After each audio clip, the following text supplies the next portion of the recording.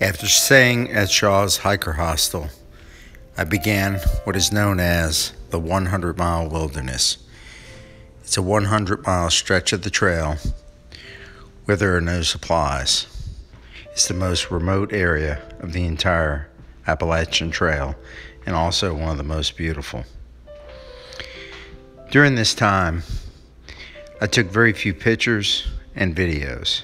I spent most of my time hiking and contemplating the last 4.5 months and the last 2,100 miles that I had hiked.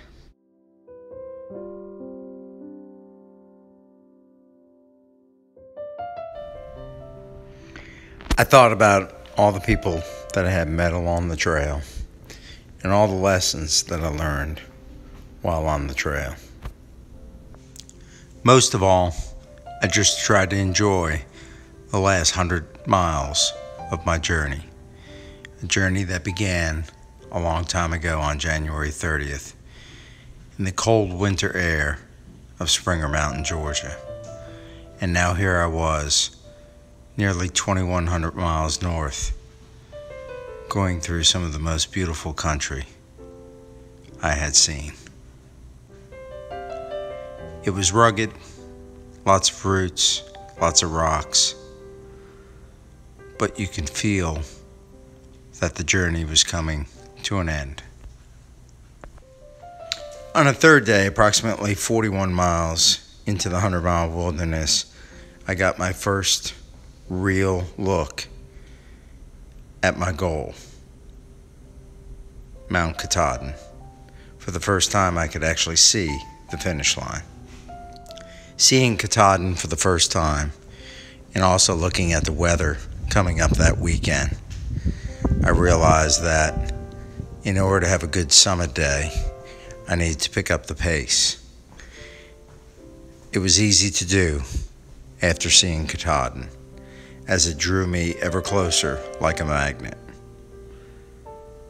The rest of my time in the 100-mile wilderness, I was focused and I pushed forward, doing more and more miles each day as it got closer and closer to Katahdin.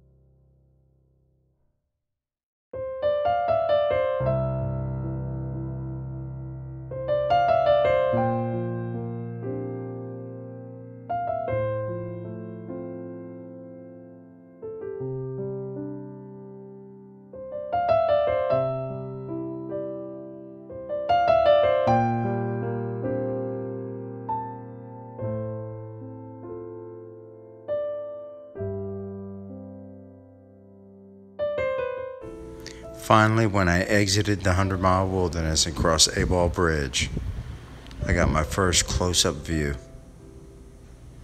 and I could see the summit. All right, here we are at the 100-mile wilderness. We're actually in Baxter State Park. We got just a little over 2 miles to go before we hit Katahdin Stream Campground, which is where we'll camp tonight at the Birches. And we'll be at the base of Katahdin, and tomorrow we will do our summit of Katahdin and the completion of the Appalachian Trail.